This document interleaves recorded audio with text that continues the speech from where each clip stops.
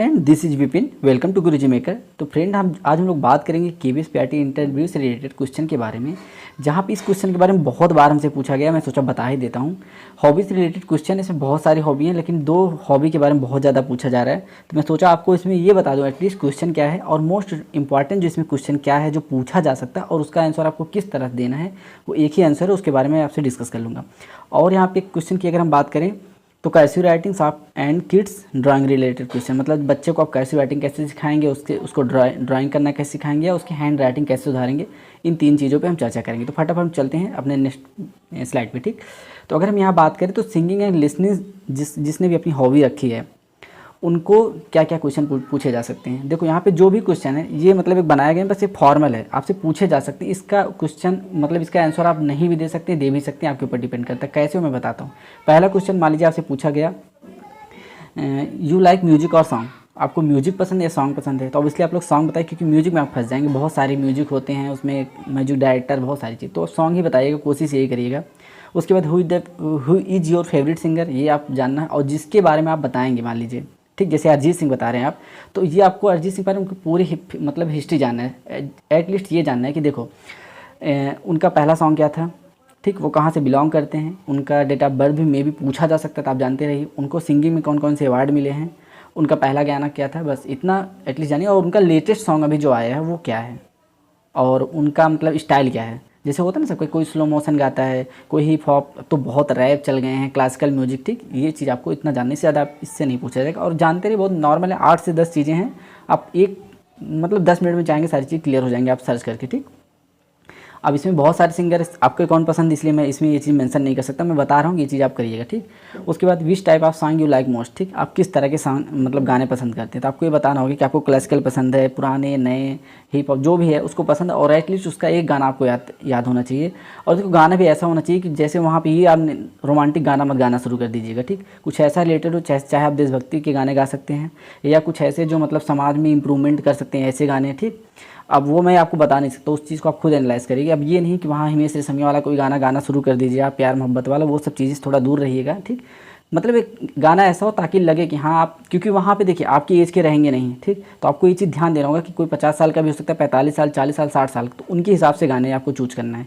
अब ये भी नहीं कि एकदम पिछले ज़माने में चले जाइए क्योंकि वहाँ से भी आप फंस जाएंगे। तो एक ऐसा जो बीच का रास्ता है, जो 90s या 95 के आसपास क्वेश्चन गाने हैं, या आप 2000 के आसपास जो गाने, वो भी ठीक ठाक हैं, सोनू निगम वगैरह गाने ठीक ठाक हैं। ठीक, तो उससे रिलेटेड आप देख लीजिएगा जो गाना ठीक ठाक लगे, जो सुनाने लायक हो, ठीक, तो आप कर सकते हैं।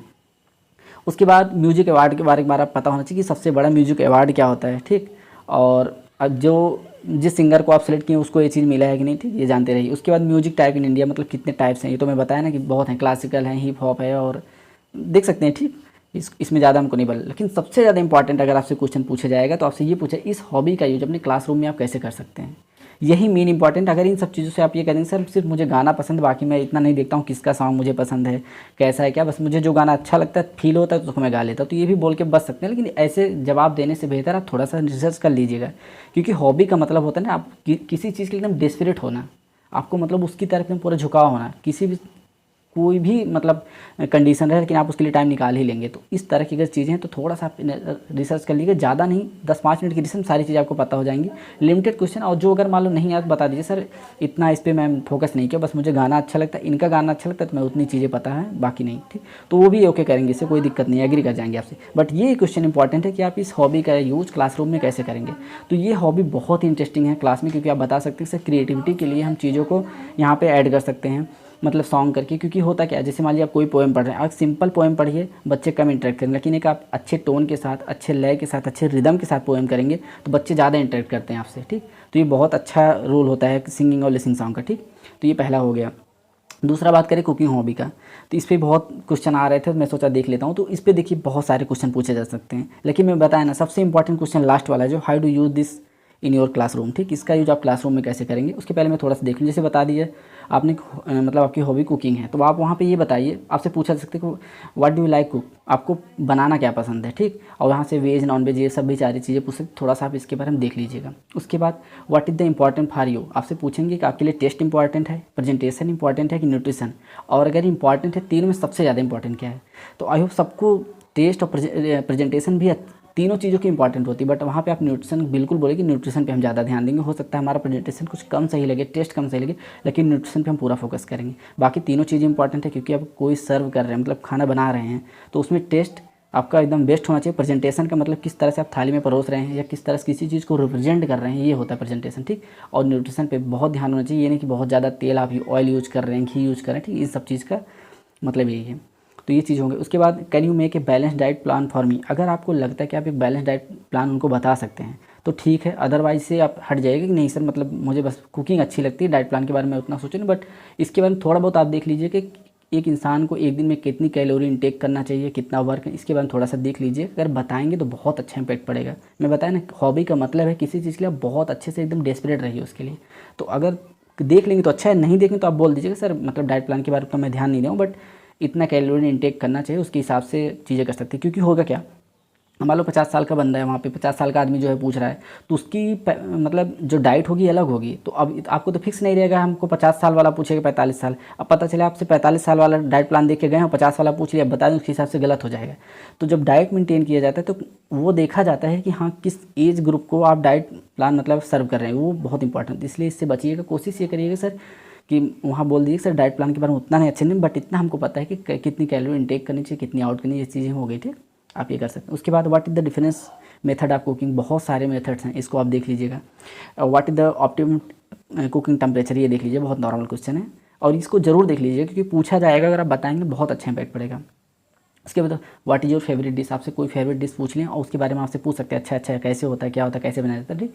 अगर वो बात करने के मूड में होंगे तो थोड़ा सा पूछ लेंगे, उनको अच्छा लगेगा तो ही पूछेंगे, मान के चलिएगा।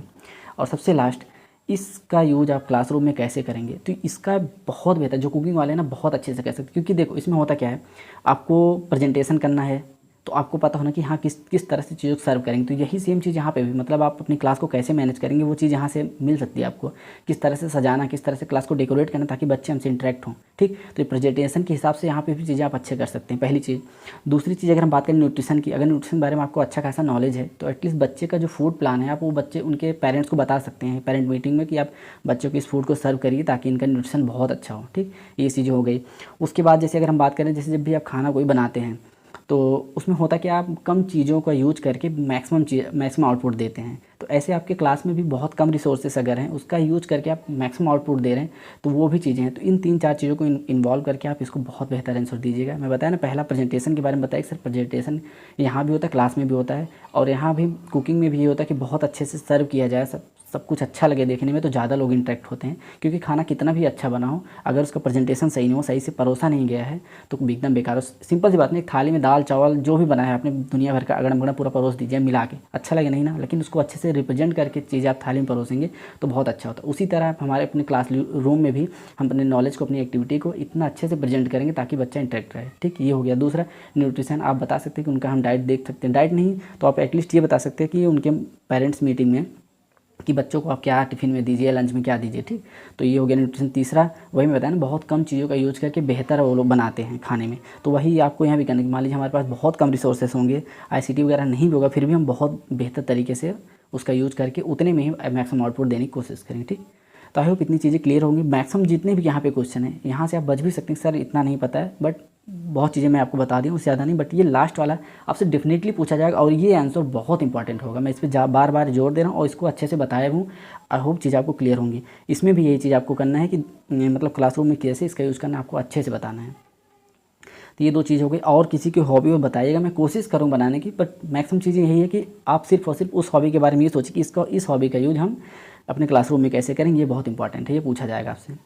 अगर हम बात करें यहाँ पे कर्सिव राइटिंग, हैंड राइटिंग और ड्राइंग ऑफ किड, ठीक। तो कर्सिव राइटिंग बच्चों को सिखाना तो किस तरह से, ये पूछा था किस तरह से आप सिखाएंगे। हैंड राइटिंग बच्चे कैसे सुधारेंगे। तीसरा क्वेश्चन कि बच्चे का ड्राइंग कैसे मतलब बनाएंगे, ठीक। तो अब देखो मैं सबसे पहले कर्सिव राइटिंग बात करूँ। कर्सिव राइटिंग देखो क्लास 1-2 का बच्चा तो कर नहीं पाएगा, 3 के बाद ही बच्चा कर पाएगा। तो अगर कर्सिव राइटिंग कराने जा रहे हैं इसका मतलब बेसिक चीज़ें आप उसको पता है, बच्चा थोड़ा बहुत लिख ले रहा है, ठीक। तो पहले इसी की अगर हम बात करें तो अगर बच्चा थोड़ा बहुत लिख ले रहा है तो क्या करना है आपको, एटलीस्ट एक पैसेज देना है डेली बेसिस पे उसको, चाहे आप क्लास में दे दीजिए चाहे होमवर्क दे दीजिए, उसको डेली करवा के लाइए और उसमें देखिए इंप्रूवमेंट क्या है, ठीक। तो ये चीज़ें हो गई, वहाँ से इस चीज़ को सही हो सकता है। उसके बाद जैसे मान लीजिए वो बच्चा सही से नहीं कर पा रहा है, उसकी राइटिंग सही नहीं है या पेंटिंग सही नहीं है, तो उससे डिसपॉइंट बिल्कुल नहीं होना कि नहीं बेटा आपने बहुत ख़राब बनाया। बिल्कुल आप अप्रिसिएट कीजिए उसको कि चलिए कोई बात नहीं बेटा, आपने बहुत अच्छा किया, अगली बार और अच्छा करना है, ठीक। ये हो गया। और कीप प्रैक्टिसिंग, उसके साथ आप खुद प्रैक्टिस करते रहे, उसके साथ मतलब क्लास में, घर पे ये चीज़ होना चाहिए। और ये भी बात है, अगर एक जानवर आपसे पूछे एक ही दिन, नहीं, एक दिन आप बिल्कुल नहीं, आपको 7 से 8 हफ्ते लग सकते हैं सिखाने को, मतलब 1.5 से 2 महीने लग सकते हैं सिखाने में। और वो भी डिपेंड करता है बच्चे की लेवल, उसकी मेहनत पे, ठीक। तो अब ये चीज़ें हो गई। अब देखिए जैसे हम कर्सिव राइटिंग, अब हैंड राइटिंग सुधारने की बात करें, तो मान लीजिए क्लास 0 मतलब क्लास 1 का बच्चा, उसको कुछ भी नहीं पता, तो आप क्या करेंगे, ठीक। इसी के बारे में यहाँ बात करें। तो देखो होता क्या है, जैसे क्लास 1 का बच्चा है, तो हम सबसे पहले क्या करेंगे, उसको 4 लाइन का एक कॉपी दिलाएंगे और उसमें बोलेंगे बेटा आप इस तरह की चीज़ें बनाओ, ठीक। एक तरह से कुछ भी नहीं है, बट होगा क्या, इससे बच्चा मतलब पेन को कैसे चलाया जाता है, इसमें इसी के अंदर रखना है। अब हो सकता है आप इतना अच्छा ना बना पाए, वो चीज़ों के क्या करें, थोड़ा सा ऊपर नीचे ऐसे वैसे कर दे, ठीक, लेकिन कुछ तो कर रहा है ना। Something is better than nothing. तो धीरे धीरे आप चीज़ें इंप्रूव करेंगे। पहले दिन ही हो गया मान लीजिए, दूसरे दिन क्या करिए, बच्चे से आपसे बोलिए ठीक है बच्चा ये 4 लाइन का है, उसमें क्या करिए आप, जब ये चीज़ें सीख जाएगा बच्चा, तो बोलिए कैसे सीधी लाइन बनाए। अब देखिए आपने सीधा बना दिया, अब जरूरी कोई सीधा बना, वो ऐसे काटता हुआ ऐसे बना सकता है, या ऐसे यहाँ शुरू करे या ऐसे ख़त्म करे, तो उसको बिल्कुल डिसअपॉइंट नहीं होना है, ठीक। उसको समझना है। अब देखो ये सब चीज़ें मैं प्रैक्टिकल करके क्यों बता रहा हूँ, क्योंकि एग्जामिनर आपसे पूछ लेगा, ठीक है आप ब्लैक बोर्ड पे ही चीज़ समझा दीजिए, जरूरी नहीं कि डेमो में आपको सारी ये भी चीज़ें पूछी जा सकती है डेमो, कि हैंड राइटिंग कैसे सुधारती, इस चीज़ को आप ऐसे ही एज इट इज़ ऐसे बताना, ठीक। तो ये हो गया। अब मान लीजिए 2 दिन आपको लगा कि बच्चा सीधी लाइन बनाना शुरू कर दे, फिर क्या करना है आपको, बच्चे को स्लैंट्स बनवाना है। स्लैंट्स मतलब ऐसे ऐसे लाइन बनवाना है, जब ऐसे सीख जाए फिर 1-2 दिन बाद उसको ऐसे इस तरह की चीज़ें बनवाना है, ठीक। तो 1 हफ्ते 10 दिन बच्चा ये सब चीज़ें करना शुरू कर देगा। हो सकता है मैं बताया ना एकदम एग्जैक्ट इस तरह का ना बना के थोड़ा सा ऐसे काटता हुआ बनाए, लेकिन उसको ये इतना नॉलेज होगा कि हमको इसके बाहर नहीं जाना है। 1 हफ्ते 10 दिन इतना तो पता हो जाएगा, ठीक। इतना चीज़ होने के बाद अगला स्टेप क्या करना है, बच्चे को नॉर्मल वाला जो होता है, ठीक, वो आप करवाना शुरू करिए। और इतना अच्छा ना बना के, हो सकता है थोड़ा सा ख़राब बनाए, मतलब ऐसे बना दे या इस लाइन में ना आए, ठीक। तो बिल्कुल उससे घबराना नहीं है, अप्रिसिएट करना है। 2-4 दिन में बच्चा वो भी चीज़ें धीरे धीरे सीख जाए। मैं बताया ना 2 महीने से 3 महीने लग जाते हैं इस चीज़ को सीखने में, तो बिल्कुल इस चीज़ से पैनिक नहीं होना है, ठीक। होल्ड करके रखना चीज़ों को, चीज़ें सही हो जाएंगी। ये हो गया। उसके बाद बच्चा जब इस तरह से चीज़ें करना सीख गया है, तो अब देखिए अब आप यहाँ से इम्प्रूवमेंट आप करते चले जाइए, ठीक। उसके बाद आप ये वाला बताइए, ठीक, ABCD, ठीक। तो बच्चा कर लेगा फिर। लेकिन ये है कि ये सब इतना आसान नहीं होता, टाइम लगता है, प्रोसेस के हिसाब से सारी चीज़ें होती है। तो ये हैंड राइटिंग हो, इसको इसी वे में जब भी अगर आप एग्जामिनर पूछें तो आप उनसे कह सकते हैं, can I use this black board या वाइट बोर्ड जो भी रहे, ठीक। उसके बाद आप इस चीज़ को बताएंगे ना, उनको ज़्यादा इफेक्टिव लगेगा एज़ कम्पेयर टू अगर कुछ बोल के आप बताएंगे। कैसे बताएंगे इस चीज़ को आप, तो आप बिल्कुल टाइम उनसे ले, सर मैं इसको ब्लैक बोर्ड पे यूज़ करके बता सकता हूँ, तो बोलेंगे बिल्कुल आप बताइए, ठीक। तो ये हो जाएगा। उसके बाद ड्राइंग की अगर बात करें, तो ड्राइंग में भी वही है, बच्चे को आप कुछ भी बनाना, मतलब कह दीजिए कि बेटा आप एक मतलब ब्लैक बोर्ड पे आपने अच्छा सा बना दीजिए, उसको बोलिए अच्छा एक का ही बच्चा, मतलब उसको बोलिए कॉपी करो, इसको ऐसे बनाओ। तो अब देखो जरूरी नहीं कि आपने जितना अच्छा बना, बच्चा ऐसे भी आम बना सकता है, ठीक। कुछ बच्चे ऐसे आम बना देंगे, कुछ थोड़ा बहुत मिलता जुलता बनाएंगे, ठीक। तो जरूरी नहीं कि बने, तो आप उतने में आप खुश रहिए कि हाँ ठीक ठाक बनाए, ठीक। लेकिन धीरे धीरे क्या होगा, कुछ बच्चा आपके हिसाब से थोड़ा ऐसे बनाएगा, कुछ बच्चा और अच्छा बना देगा, ठीक, या कुछ और ख़राब बना देगा। तो ये सब चीज़ें, बट धीरे धीरे बच्चा सीख जाएगा। तो ड्राइंग भी उस राइटिंग की तरह एक प्रोसेस है जो धीरे धीरे होता है, एक दिन में बच्चा मतलब ड्राइंग बनाना नहीं सीखेगा।